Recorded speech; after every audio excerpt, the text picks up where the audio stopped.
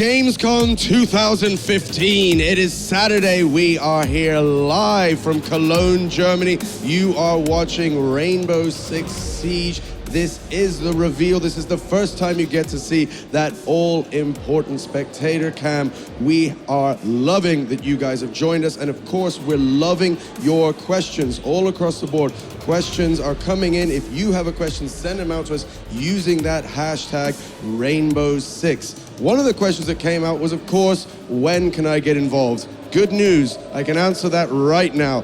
Beta is 24th of September. Put it in your diary, get involved, follow the guys on Twitter. You need to be involved. It's phenomenal. That first match was absolutely great, and this second one promises to be just that and more, because the next two teams represent none other than the Rainbow Six veterans and the streamers. So please join me in welcoming to the stage our blue and gray team.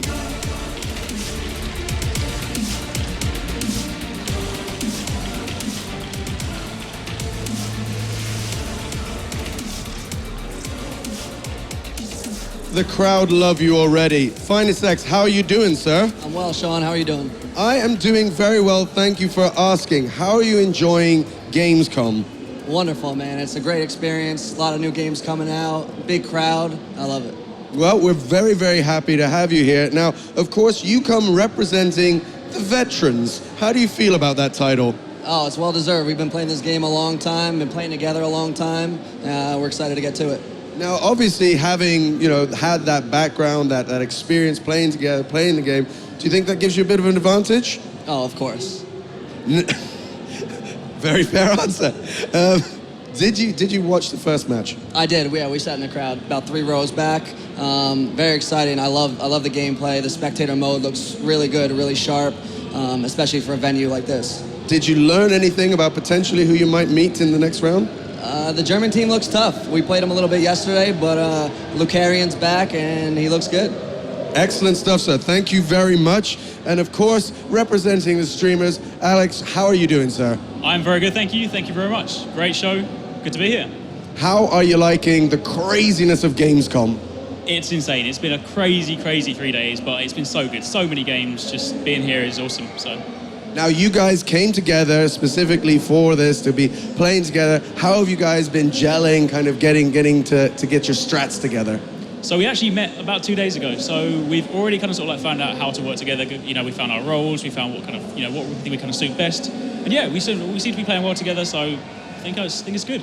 Now, standing in your way to getting potentially up against the Germans, the local team, how do you feel about the veterans? So yeah, they have experience. I think they're used to dealing with people that kind of have conventional tactics. But we kind of, as streamers, we're used to kind of the pressure. So I think we got this. Well, we have the perfect tool to look at your tactics and enjoy that. So guys, a big round of applause for our first two teams, for our second two teams. And of course, I'm going to let them get back to their desks to get warmed up, because of course it is time to start into our second match, which can mean only one thing, of course. I won't be talking you through it, but the guy who will be is our good friend, The Machine. Cheers.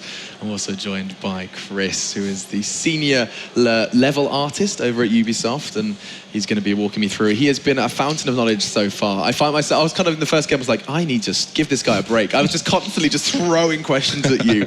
But there is so much to ask, to kind of ask and to find out about this game, and I think that's something that is very clear without necessarily looking for it. It's so obvious that there's so much information to be found in there. There's a lot of depth to it as well. Yeah.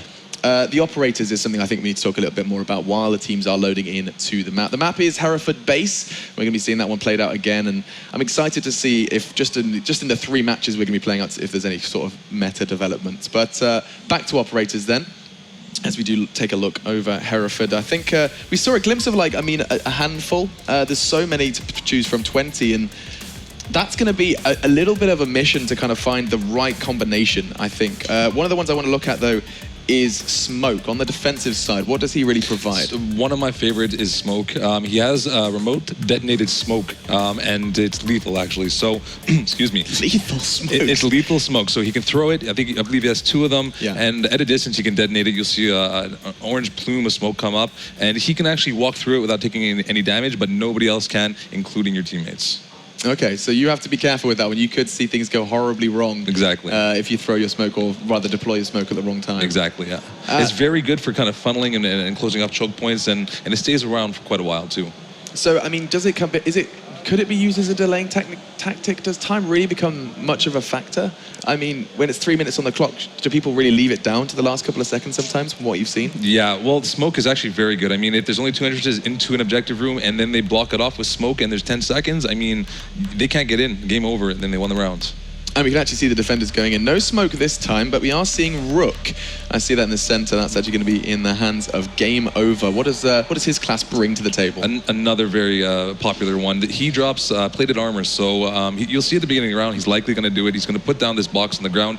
All the teammates come up, they grab it. It gives additional life. I believe it's 50 extra armor or life. And this is kind of essential for your team. It really gives an advantage. Look at them getting hyped. Is of course the streamers. You have a real nice roster from the streamers on this side of things. I'll give you a little roster rundown for you guys at home. The streamers, the YouTubers, we have Lamadia, Arex, DYK Gaming, which is of course Did You Know Gaming. I'm calling him DYK for this one. Chaboy and Aaron Lord. And here we go then. It's Hereford Base, 5 versus 5. You die, you're out, forced to watch from the sidelines. And we are into that. What's the kind of official name for this phase? This is officially called the preparation phase. Okay. And you'll see once it stops at 15 seconds, we have the attacking phase. And there you see one of the drones already went down. So he is now out of a drone. And he looks really upset about it as well with his thumb up, just waiting for the action to unfold. They have to actually find the objective. This is something that I think is going to be kind of really intriguing in competitive play, seeing these teams kind of clash. Is if you don't find that objective, so much of your early round is wasted just trying to gather information about where it is, never mind where the enemies are. That's it. We spoke a little bit earlier about the round time and there being a blitz the last couple of minutes. If you take that minute, the 45 seconds to drone again and try to get some information, you're kind of rushed a little bit more. So it doesn't look like they're taking that route, though. They're kind of just going to go into it right away. So it comes down to balance, I think, as well as about, keeping your numbers, but also going maybe a little bit Rambo, going for that kind of solo mission. Looks like Chaboy is the one that's considering it. He did repel up and actually changed his mind. And the risk, of course, is that there could be one man waiting already. Not knowing where those defenders are going to be does leave a lot to be discovered. He's going to be able to swing into that one completely safe and unharmed. And already, as you kind of swing into doors like that, does he assume that floor is clear? Well, I think what they're doing here is actually pretty smart. They want to check out the top floor. They're really not looking into the rooms too much, though, so I'd be a little concerned here. They're coming down the main stairs, which is one of the choke points in the map, and they're not checking the rooms to the side here, so they need to be a little bit careful. But as you can see on the other side, we don't really have any defenders. That was the first flashbang I think we've seen. That's kind of exciting to me because, I mean, utility nades are so crucial in other FPS titles. It's something that you guys have really looked into making, your flashes, your smokes a crucial part of gameplay. Yes, and we have a couple of trap doors in the map. They mostly lead to the objective room. A good thing to do is take out this trap and then toss a flash down or a smoke and get into the objective room. Oh man, he had the right idea there as well. Does have the MP7 in hand. We are in eyes of Rogue Warchief as he's going to be doing his best for the veterans. Of course, there is a balance to be struck. The entire veteran side, seniors to the game, we saw them way back in 2008, 2007 over on the MLG circuit, playing Vegas, and look at him, he's getting pushed down. There's 3 players to find. Is surely not going to be able to do much with the pistol. He doesn't, as Arex puts him to bed permanently, and it's going to be 2 minutes still on the clock, and it's a 3 versus 3 as another frag is picked up, this time by Azzy. They're going back and forth with this one, though. A trade out as Rogue Warchief, and what did he just kill him with? That icon does not ring a bell. That is the electrified barbed wire, extremely lethal, so you need to disable it. You can't even try to walk across it. You will die, and maybe he just didn't see it and walked right into it. So you could probably put it on like really tight corners and just drop it and surprise them with that way as well. Yeah, so if you can see here, I'll point it out real quick. Is that it? Yeah, exactly. You see they already have a ton of barbed wire here. Ugh. There is no access here from the stairs at all. These two attacking guys, they're just not going to stand a chance here. They should really find another way to come in. So the normal barbed wire doesn't do damage to you, instead it just slows you. Is that correct? Exactly, yes. Does it make noise when you step on it? Yes, it does. Yes, it does. Okay. You can take it out by meleeing it 3 times, but they seem to be not taking care of that. Yeah, not at all. You see, they've kind of made a hole. I think that's something we're going to be seeing a whole lot more of. And what on earth is that? Checking his cameras as the defenders are trying to keep this one safe. Just throw out the spray, but nothing going to connect as it is down to a 3 versus 2. The attacking side, the blue side this time, you're going to be looking to close on in. It's actually Hopes, who's holding the perfect angle, and just 48 seconds. You said it comes all the way down to the wire. Yeah. 3 minutes have passed, and still no progress onto the objective, and the defenders, they have the numbers, and they also have the health advantage. One of those men dropped to half health. See, this is kind of tough now, too. You got one guy who's in DBNO. He's trying to back up to get some cover so his teammate can pick him up. You see he's about to do it, but we have Doc here just below. I think he knows this is happening, and he's probably going to make a play here. Oh, but there's the barbed wire. Will that affect him as well? He can't actually push up the staircase. Or does it not affect him? No, it does not Completely affect your unaffected? team. Exactly, oh, yes. Okay. God, you can cause havoc with this barbed wire. I'm seeing a cool mechanic start to take shape already. 12 seconds left, though, and the attackers, what are they doing? They need to either find 3 frags or push onto the objective now. This feels almost said and done, and a double from Finest does secure it with style. Round 1 going beautifully in favor as a quick double kill. You can see the 2 bodies dropping there. They did not use the clock well. No, and I think they lost their, actually, they didn't even pick Thermite up there, so what likely happened is that the defenders, they reinforced the trapdoors above the objective room, and because they do not have a Thermite, they cannot get into the objective room. They are forced down the main stairs there, and you saw what happened. The barbed wire just totally ruined it for them. So the veterans then, from way back when, of course, using those controllers up against the streamers, I think there's a bit of a mixture of PC and console controllers over on the other side of things for the streamers. That's right, yeah. It's kind of 5 controllers versus a bit of a mixture. And it's going to be kind of that PC versus console battle going to actually be going down here on the main stage. So I'll take a second to talk about Doc. We haven't really looked at him too much. I was wondering about that. But you can revive everybody once they go in DBNO. And Doc, however, he has a ranged DBNO reviver, essentially. So he's got a little stim pistol. He can kind of pick up his friends if they go down at a distance. And I think it's a very good pick here for the defenders. So that enables kind of one man to sprint around and keep his teammates healthy. And there's wow, that's a lot of reinforcement. That entire corner then cannot be breached. Is that correct? Or is there someone that can get through? That's correct. Although you can use Thermite, and the attacking team did they decided to pick it up this time here. So they have that Thermite. That's that red icon you can see in the top right corner. That's it. I'll go to him now. Yeah, so this is Thermite. Blood and Glory currently just, of course, in that phase, scanning out with his drone as best he can. But he has the capability to go through. I can see it in there in his kit, the exothermic charge. That would be the one that gets through. Exactly. That's right. Yeah. And so the cool thing about Thermite too is that you can actually change your secondary gadget to have breaches, so he can actually have about 5 breaches totals. Very, very nice class to pick up here for the attacking side. Well, while you're talking about breaches, of course, it's something we're seeing almost kind of every round. You're seeing various breaches take shape, and it's something that, I mean, can you plant it anywhere, like floor, ceiling, anywhere, or is it specific locations? No, as long as the wall is breakable, you can put a breach onto it. Okay. We have, again, I mentioned it earlier, we have some line of sight floors. Those will be in wood. You can put a breach on that as well to see the floor below you. We haven't seen much of that this game so far. I think that's part of the meta we were talking about earlier. It will come around. People will figure this out. It's not at that state yet. Yeah, I mean, for me, the first thing that I'm noticing here is that we're not seeing much utility use. It's something I feel like is being underestimated, actually, is how powerful a good flashbang, a good smoke could be in these pushes. As I start to see something take shape for the attacking side. The attackers now the veterans after a very solid hold in round 1. And I think it's like someone's DBNO. He is just bashing away at that. Is he trying to find a way in? What's going on here? He's pretty much making a little line of sight for himself. I mean, they do know that the objective is on the top floor, so he's just trying to get a nice little view here. Maybe he actually doesn't have recharges, so he's stuck, but his teammates can come around and help him out. It looks like he's just going to back off right now, though it's not working for him. Maybe it was just a bit of a bait and switch, keeping everyone aware of, he's making lots of noise, making them think maybe there's multiple numbers there. In the meantime, the main body of the assault is starting to take shape elsewhere. Hopes is the one climbing up on the side. Actually, Blood and Glory still close as well. You can see this time Doc for the defender. It's actually Rex who is controlling this. Is it a medic class? Would you dub him that, or rather just an enhanced revive main player? I wouldn't necessarily call it a medic class. Medic class are pretty consistent. You have the tool throughout the match. So this is kind of just a reviver. Honestly, a Doc. He's just a Doc who gets you up and going again. Yeah, puts a little band-aid on it and gets you on your way. As we are going to be jumping then back into the action. Still 2 minutes for the attackers to forge something successful. Seeing a couple of nades thrown out, and this is what you were talking about before, where you can completely customize what you would do take into battle. Frag grenades or utility grenades. They're doing a good job here too. It's not exactly easy to get a nade into the window. I mean, you're familiar with other games and how hard it is to kind of perfect that. And these guys have not had much practice, and they're already managing to get it into the second story window. That's very impressive. That's something that, I mean, everyone will be familiar with. Like, I have the nerdiest lineups in the games I used to play. Nice play from Hope's managed to find a footing, and oh my god, we're going back and forth. This time it's Chaboy who finds Finest. I mean, Finest actually had his finest hour, if you wanted to use that, just the round prior. And yeah, so, it's going back and forth quite a bit here. Yeah, I mean, I'm kind of worried why Rogue Warchief hasn't been revived here. There's no one that can kind of access him safely, but it does mean that there would be just two. And they're just holding this very comfortably. This could be the equalizer that the YouTubers needed.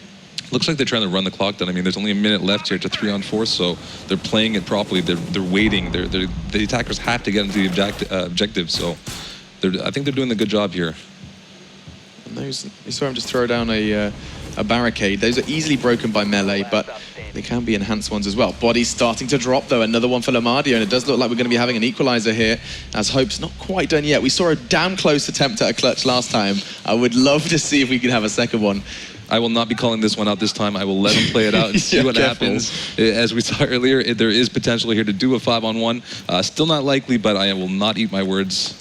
Wait, did he just throw a drone? Oh my god, he's going to go on a scouting mission. He's going to catch a glimpse of one. If he keeps pushing, I think he was blocked there. Yeah, no, okay. he came out early. I think he thinks maybe there's only one in there. That was very nice, though. What? That's insane. Through the wall, managed to find DYK, and now two players to fight. Oh my god, that's a second. It's going to be a 2v1 now. Time, though, 5 seconds. He needs to push straight on in, and I don't think it's going to be happening, as he does not have the time. So damn close into a 1v1 again, and we need to start eating our words. Have you got a knife and fork? Because we said clutches were not going to be likely, and 2 times they've got within 1 frag of it. Very close. Very well played. You saw there, too, he actually sprayed, he scouted with his drone before he went in, and he sprayed through the barricade that was not broken at all. They did not expect it. He got a kill behind it. Very, very nice play right there.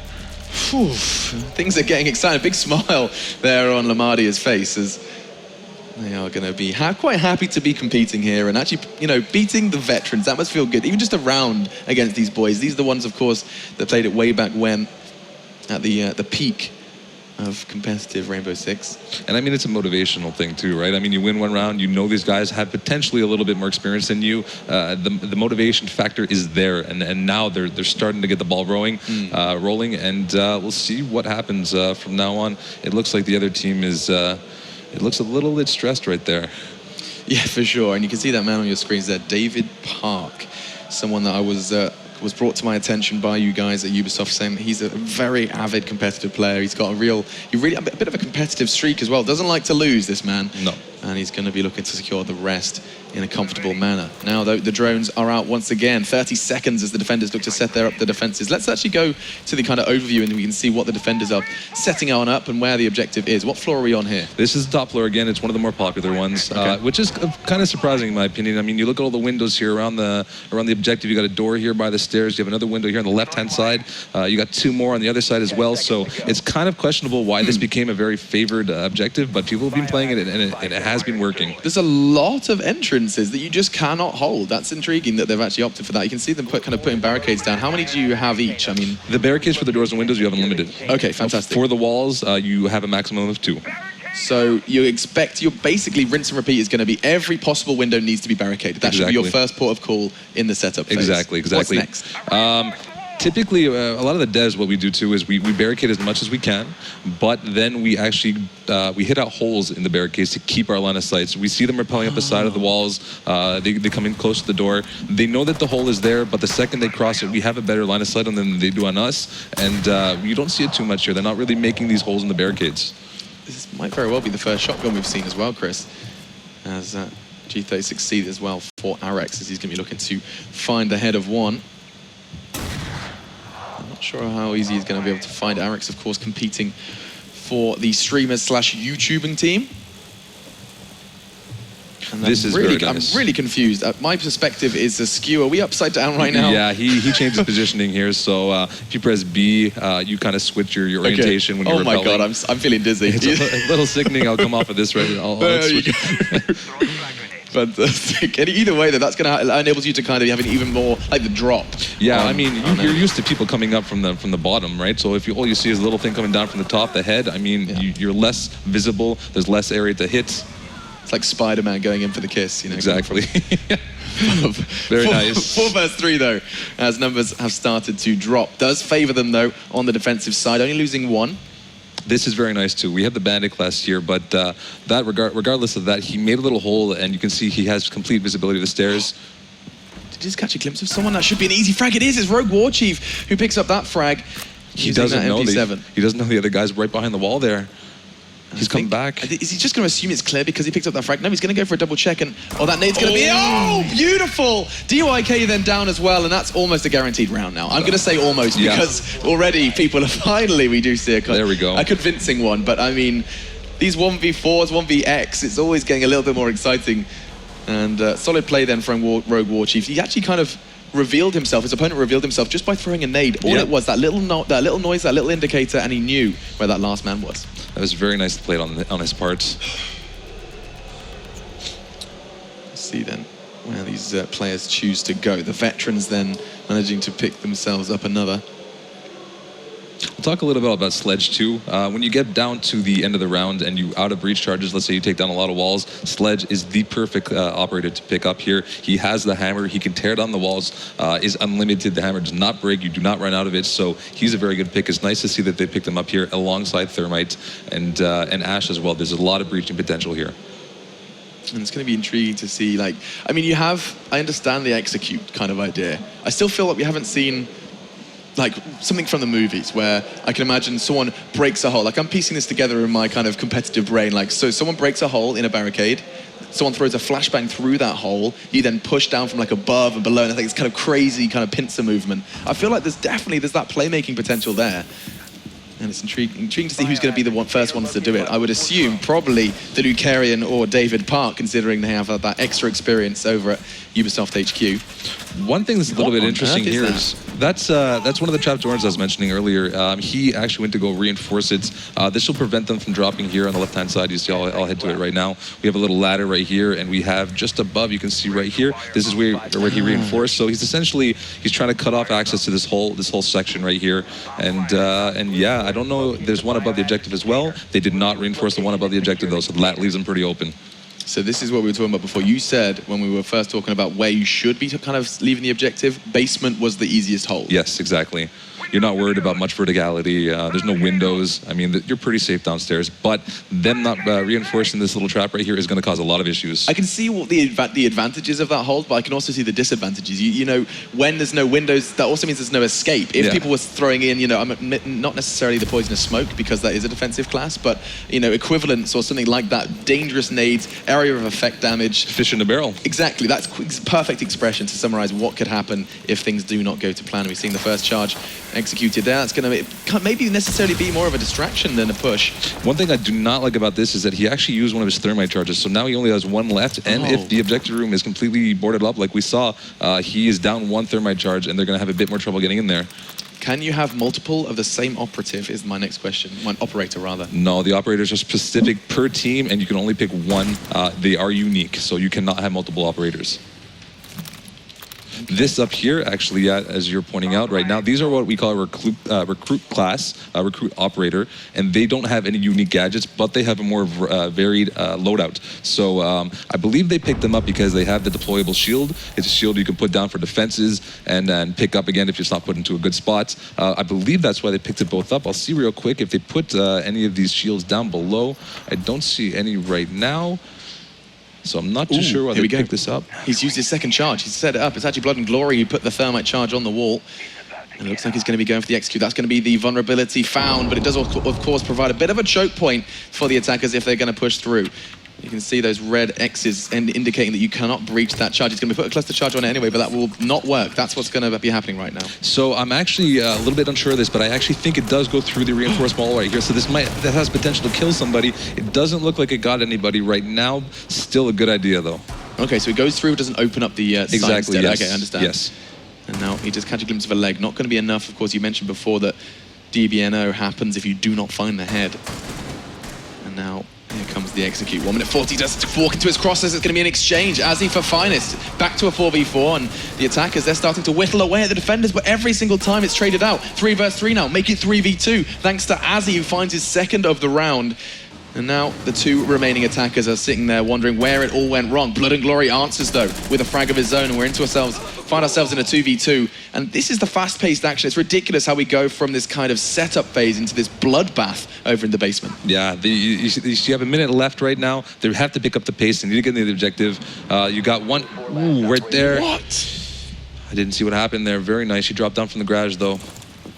I think that was one of the flankers I was mentioning earlier. You typically have one person off to the side, kind of being ready to come behind them, and this is something setting up right here. There's a shield I was mentioning earlier too. Yeah, and he's rocking the recruit class. This is an intriguing one. He's got the deployable shield, barbed wire. This seems like a pretty damn good defensive set. Yeah, I like what he's doing here too. They got one guy who's staying pretty much close to the objective. Right now, though, it's got 30 seconds. They're gonna have to pick it up.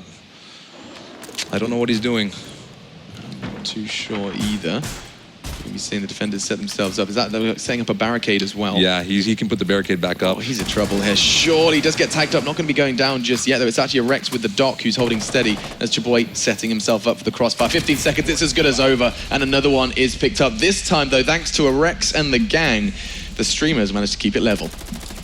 And there was a P90 you're talking about, so not too bad. Yeah, it's one of those things we were looking at. We were worried to see, how prominent a P90 can be, and he does find success with it there. Lots of damage coming out across the board. 3 kills that round for a Rex, and on the same side of things we saw, I think it was Blade, what's his name?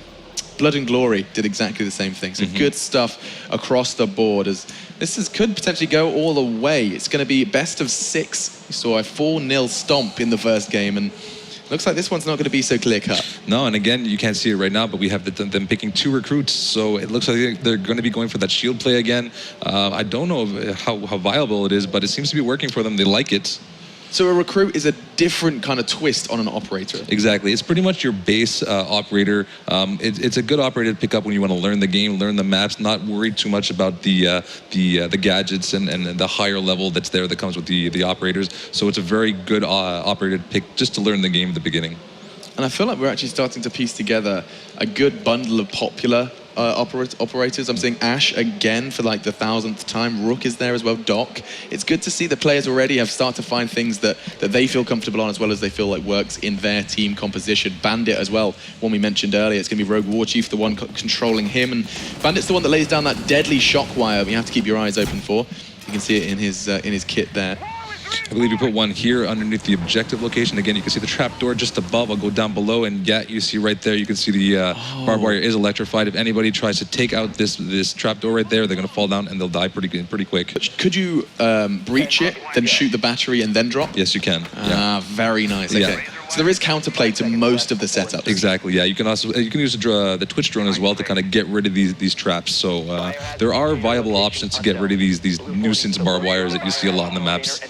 Got to keep your eyes out for it. And I mean, these are the recruit classes that we touched on earlier. These are going to be rocking the Breach Charge, Stun Grenade, and the L85A2. Rolls off the tongue, that weapon. I wouldn't even try to pronounce that. And looks like we might be finding our first exchange here. 20 seconds or so into the round, and looks like they are preparing themselves to try and find that third MP7 in hand. Oh, did he catch a glimpse? I'm pretty sure he did. And there's so many players just on the other side of that wall. This is like, would you push on this? Is this a game where you can get away with a push like that? I wouldn't come through that window. First, you have to tear it down. You have to use either a breach charge, or you can melee it to get the barricade gone. And then on top of that, you need to vault through the window. So, I mean, you see he's peeking through the window of the truck right here. They made the right call going around. Holding the safe angle as well. Oh, that was an intriguing angle. Does that climbing into the window? Yeah, Lamardia then is up on that floor, and there's a whole lot of them as well. The objectives beneath them, though, does this mean that they're going to go for like a kind of a clear and push, like floor by floor Exactly. structure? Again, there is, however, a defender on this floor. They haven't spotted him yet, and he's kind of hanging out here, eh? Where is it? Right there. There he is. Okay, Yeah. Blood and Glory. He was actually the one holding the sight, so he's mixed it up, keeping things interesting, keeping the attackers guessing, and that's a fantastic frag with the UMP. Throws a celebratory barbed wire onto the floor as well. So what you're seeing here, we actually haven't talked about it. It's our pulse class. He can see heartbeats through the wall. This is why he's the one who is flanking. Right now, he's up top. He's pretty safe. He can watch where they're coming from. There you see the heartbeat walking by, and he can pretty much avoid them and then flank them at the same time.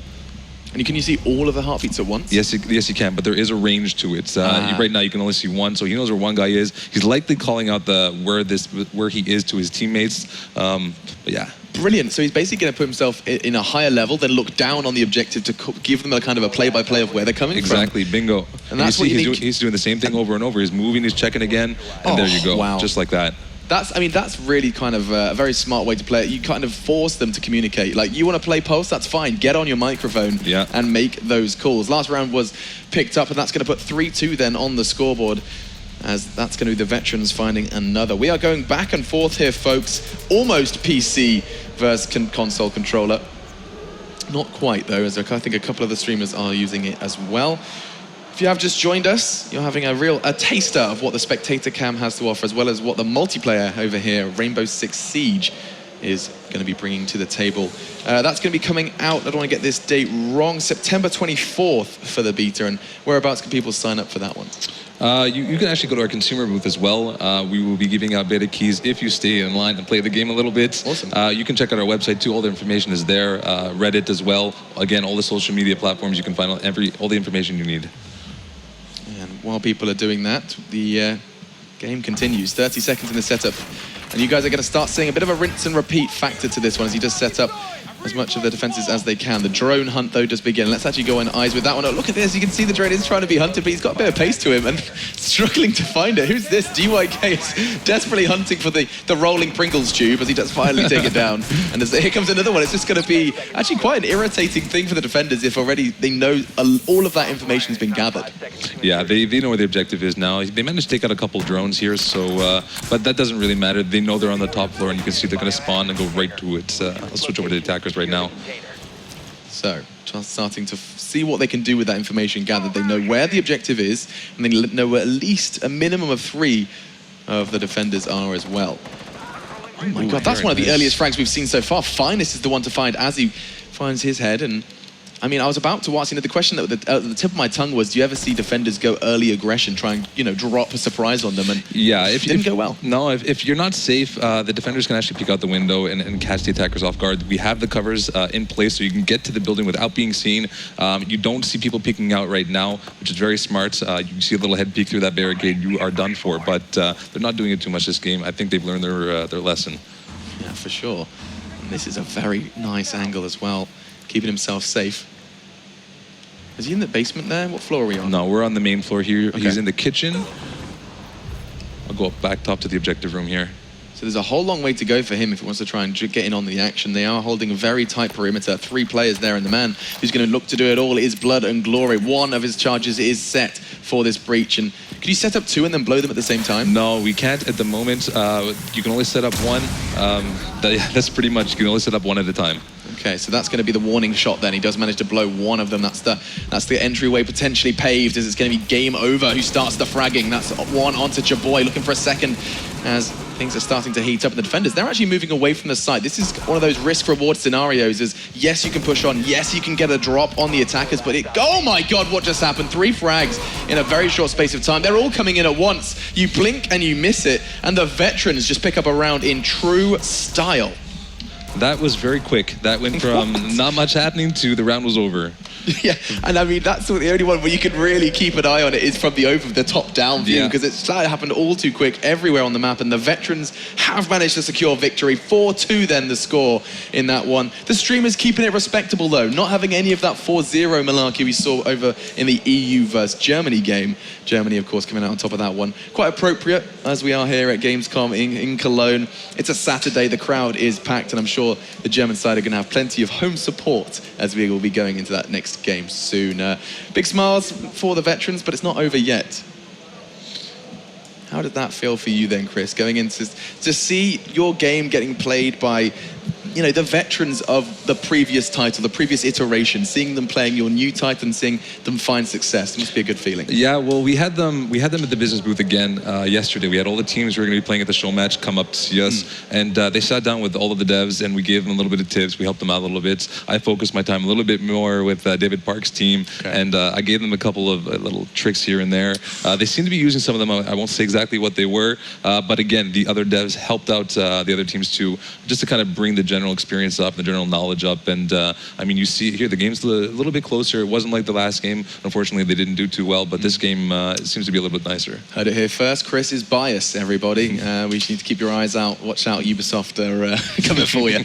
No, incredible to see the veterans prevail, and that does mean that the veterans will be going up against the German side in our final, which will be coming up a little bit later today. And I mean, we're talking a lot about these attack and defending operators. I'd love to know, just quickly, where you would position, if you were building your ideal team, if there were 5 Chris's at PCs, what operators would they be playing on the attacking side? I can at least speak for most of the team. Thermite is definitely, you need him. It's the only operator right now who can get through these reinforced walls. Other than that, Twitch I've been using a lot recently too, mainly because we have introduced this new electrified barbed wire, and it's very, if the barbed wire is placed in a good way, it's hard to get to the barbed wire and actually disable it. So Twitch drone is very good for that, as well as taking out the security cameras. We haven't seen too much of it in the game so far, but we do have security cameras in the map on each level. We have 2 outside as well, and the Twitch drone can really take them out. So for me, that's kind of a priority pick. Keep your eyes on the security cameras. And talking of cameras, let's cut over to our camera on the stage and see what Sean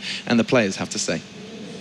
Thank you so much, Alex. Thank you so much, Chris. I am joined by Finest X. Sir, victory, how does that feel? Sweet, sweet. We were scared for a second, but yeah, we pulled it through. Now, our first match of the day was one that was kind of a little bit strongly one-sided. This one went down to it. How was that to play in? It was very interesting. We played with them for about a couple hours before playing the first match, so we had a little bit of familiarity with them and them us. So I think that's what made it a better match. I mean, the other match had that as well, but we were definitely more even match against the YouTubers. How much strategy were you locking in going into this, and how much was kind of on the fly? I mean, you always start off with a pretty good strategy, and then somebody takes you down and you have to switch it up a little bit. So going in, we had a pretty set strat, but as the game progressed, we switched it up a little bit. You know, we used the workshop more than we would have liked to, you know, maybe use dining room or something in the future. But yeah, it was definitely way different than I thought it would have gone down. Now, obviously, you can watch these games back and look at them and see kind of the tactics and see what you did and how they reacted. Is that something that you're looking forward to being able to do? Oh, sure, especially when this game really comes out and they have the ladders, they have hopefully a professional circuit for it. That's definitely something that will be very helpful. Now, obviously, you watched the game come before this. You know now that it's Germany that you'll be facing the green team in the finals. What do you think looking ahead to that matchup? I think it'll be great. I think it's a good storyline for the final match. USA versus Germany. In Germany, controllers versus PC. Yeah, I was gonna say, how did that feel? I mean, a lot of people were making something out of that. They had a couple of keyboards over there. You guys were playing all controllers. That play in at all?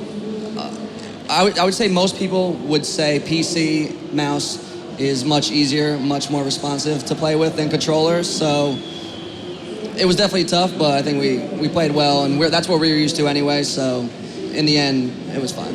Now you have to, of course, talk a little bit about your team. How did they perform overall? Are you happy? Are there things that after this you're going to be talking to them about, knowing what's up in the next match? I think we're definitely happy we pulled out the win, but there are a few things we need to go over, some missteps that I think we need to correct moving forward, and you know, we'll see in the next match, in the next probably 20 minutes or so, how that works out. You will indeed. Well, I want to say first of all, thank you very much. Big round of applause. We loved having you, and for the moment, please join your team and start preparing. Thank you so much, sir. See you in a bit. Finest X there. That was a good matchup, but we've got more coming up. But before we go there, you have been reaching out to us, you have been giving questions, and that means that Chris, Alex, and Jen are standing by, and they're going to be taking some of your questions. And after that, we'll be bringing you the final. But for now, over to you guys. Thanks very much, Sean. Yeah, I've got the experts with me. Of course, I've been hanging out with Chris. Good to have you as well, Jen. And the community has been getting involved as well. I mean, I'm going to have to whip them. I'm going to look really antisocial for a second while I try and actually find... I know, I'm one of those guys. I'm sorry. I can't believe he's doing this. And we're also, in case you're wondering, me and Chris are leg models, as we are showing off here. I'm pretty tanned right now. Yeah, pretty tanned. You are. You're really showing off the real, the pasty look. Yeah. You're a gamer tan. Yeah. I'm having a look to see what people have been saying. I saw a lot when we were casting. I don't want to lose it. Let's have a little look. Lots of people just saying they registered for the beta, which is awesome to hear already. You guys, if you are interested as well, head over to the hashtag Rainbow6, and you can pick these guys' brains right now as I'm seeing, where have all of these tweets gone? It's not. Can you remember what the ones we were pointing out, some of them, Chris? Because there was a couple of good questions we were like, we need to ask that one to Jen. I actually do not. I'm drawing a blank right now. Okay, I'm absolutely drawing a blank. Well, keep sending your questions in while I desperately try and find what people are saying. Lots of people just saying, I can't wait for Rainbow Six Siege. That's always good to hear. That's not a question, but we accept your statement. I registered. Join us. Registered. Okay, I'm struggling. I'm we should struggling have made here. a question Rainbow Six hashtag. I had loads of really good questions from people as well, and it's just, they are not coming out. Everyone's just telling us that, let's see, I think we've got someone in my ear is going to try and find the hashtag for me while I hopelessly just look antisocial. But I mean, I'll ask a couple of questions while we do get hold of that. So let's do that instead. Yeah, go for it. To get rid of my phone and look at you guys for a second. Oh, hi. Nice to make eye contact.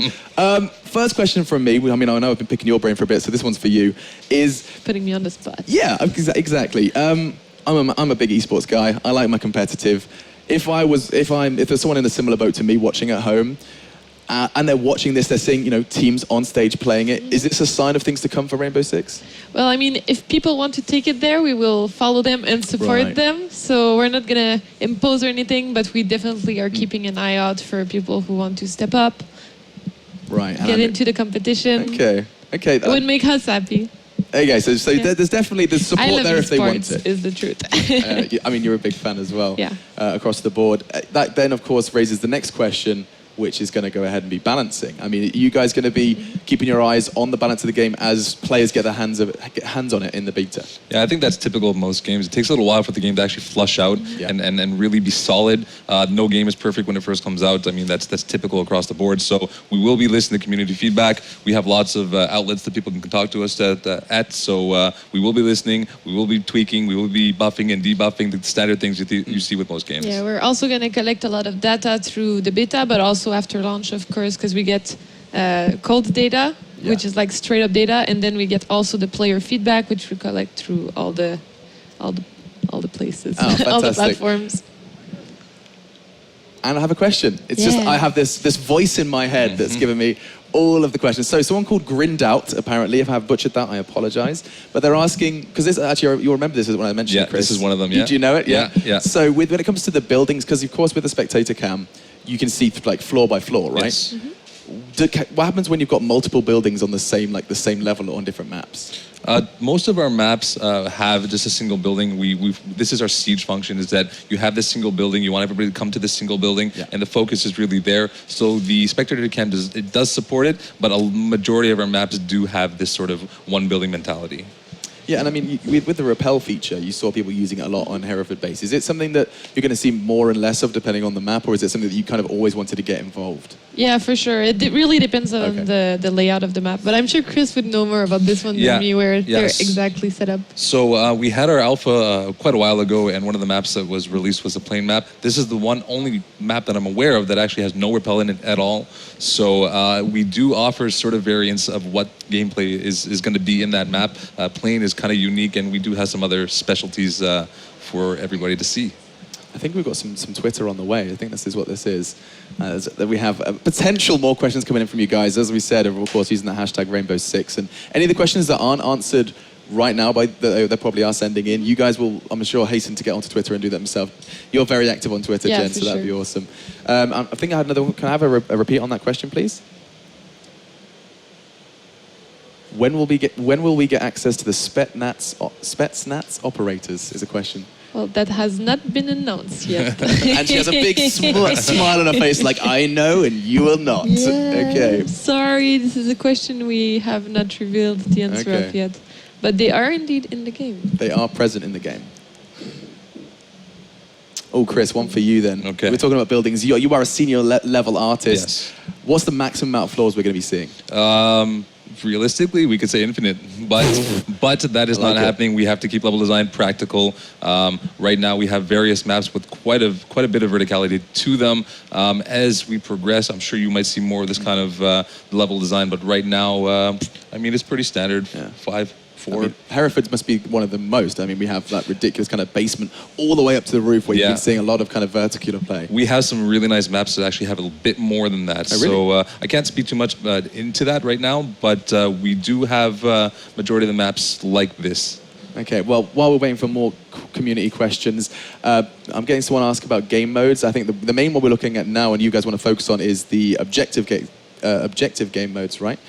Yeah, well, actually, all of our game modes for PvP are objective-based. Okay. This is one of the main ideas for Rainbow Six. It's always an objective-based game, but you also always have the condition of team deathmatch in a way, since it's always one life. So it's always about either getting to the objective, completing it, or killing the enemy team. Right. We have for PvP, we have. I'm gonna try to remember everything. We have bomb for sure. Yep. We also have hostage rescue. And we have secure area, of course. Okay, so I mean that's already a top 3 that you're going to be looking to see players dig their teeth into in that beta. I think it has to be said as well that you guys, this is a stage of development that you guys are going to be so desperate to hear what the community has to say. I mean, is that like your main priority going into this? Is that Rainbow Six Siege is yes, it's your game, but it's also the guys at home. Is that something you're going to keep? Yeah, for sure. Well, so far that's what we've been doing throughout the alpha. We gathered a lot of feedback. We did 2 waves of big changes that we announced publicly on our blog. We explained all the changes, why we made them, what we're heading towards. And in the beta, we're going to do the same thing. And then we're going to keep doing it in post-launch. We're not going to leave things in place, I guess. We will address the game. It's our baby. We're going to keep it going. We're going to listen to the community. We got a lot of feedback from the alpha. We made some changes based on their feedback too. So we are open, and then we will listen. Yeah. And I'm just wondering whether or not we've got any more questions. Yeah. And could you repeat that again? Okay, so it's actually a question about pacing. They're asking about has there been a change in pacing of rounds as opposed to previous titles? What do you think, Jen? Well, actually, I would say at the beginning, we're talking about feedback and the impact of it.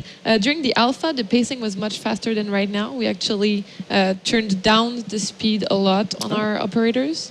So right now, the speed is slower than it used to be, and this made us also lengthen the duration of rounds, which means that people are not rushed as much. So that's where we're headed at right now. What about the other factors outside of operator movement? You know, what the gadgets provide, what the size of the map provides. Chris, what are your thoughts? Well, I mean, we've been casting a little bit. You saw it already. The things like the barbed wire, the barricades already slow the game down quite a bit. You have to take your time. You see the last minute of the game is really when the action starts coming, and generally I think the speed is actually pretty good. It might be a little bit faster than what you've seen in older games, but right now with the use of proper gadgets and proper placement, you really bring the speed down quite a bit. Okay, I think we should do one more question then, as we do want to get you guys involved. Of course, apologies that I can't be looking through what you're sending me in right now, but technical issues will be resolved. So one last question coming in from the guys at home. I can hear it coming in now. Okay. I can assume you don't know the answer to this one. No. I see you shaking your heads. How many submachine guns do you have? I'm going to go ahead and assume you don't know that number. No, not the exact number. Okay. It's a pretty good number. The same thing with rifles. I mean, pistols as well. It's a pretty good number of pistols, but we do not have the exact number. I cannot tell you that. I'm not too sure, but it's varied. Yeah. So piggybacking off that, then let's do a bit more of a wider one and actually just say, you know, are you seeing in what, you know, I guess what's happened on the stage, but also what you've done in your own alpha tests, are you seeing a wide varied spectrum of like which like weapons are used, or are you seeing a very kind of leniency towards one, Jen? No, I think it seemed pretty well spread out. I think during the alpha, some people were not. We had some feedback on the shotguns, but right now we have altered them, so we'll see how it goes in the beta. I can imagine a shotgun would be really good on like a breach because it's so really close, right? Yeah, well, what's really interesting about the shotgun in our game is that you can blow holes through walls to create line of sight, and it's much more effective than like meleeing the wall forever. Like we saw in one of those matches, like, I was like, I'm making a hole right now. It's got like a big bruised elbow. I'll get there in 20 minutes. I'll be there, guys. And yeah, so the shotguns are much more effective for that. So not necessarily just dispatching enemies, it's just, you know, you can again, back to that point of opening the level up. Yeah, exactly. And you saw, like, we saw a bit of the security camera, not too much of it, but if you get one person watching the security camera, another person with a shotgun, they come up the stairs behind a wall that's breakable. The guy's watching the security camera, boom, he's dead. And I mean, it goes through walls, the damage is great. Close combats, they're pretty good. They're not used very much right now, but again, we talked earlier about the meta. I think it will change. People will start picking it up more, and they'll become important. Yeah, 100%. Just from like the fraction that I've seen, I mean, here at Gamescom, it's so clear that there is more to be seen from this game in terms of where you could go in a competitive round. Yeah, I'm we're already just piecing it starting together. right now. I 100%. think. I mean, I'm sitting there, I'm like, oh, if he'd have breached that at the same time as someone came from, like, you're just sitting there, you're like, you can really see where it could go. And, yeah. I mean, we're going to have an opportunity to see if it can see a bit more of a meta development as the final will be taking place very, very shortly. And I think we've got, I think that's about it from questions from the community for now. Jen, Chris, always good to talk to you. We met yesterday, and already I've probably bored you with the amount of questions that I've been throwing. Always at you. enjoyable talking about it, really is. Yeah, so so I will, I'm sure we'll be back, and we'll see Jen on stage as well with Sean. Chris, we've got a final to dissect very shortly. But until we do that, we're going to go ahead and throw to a very quick break while the players ready themselves for our grand final here at Rainbow Six Siege.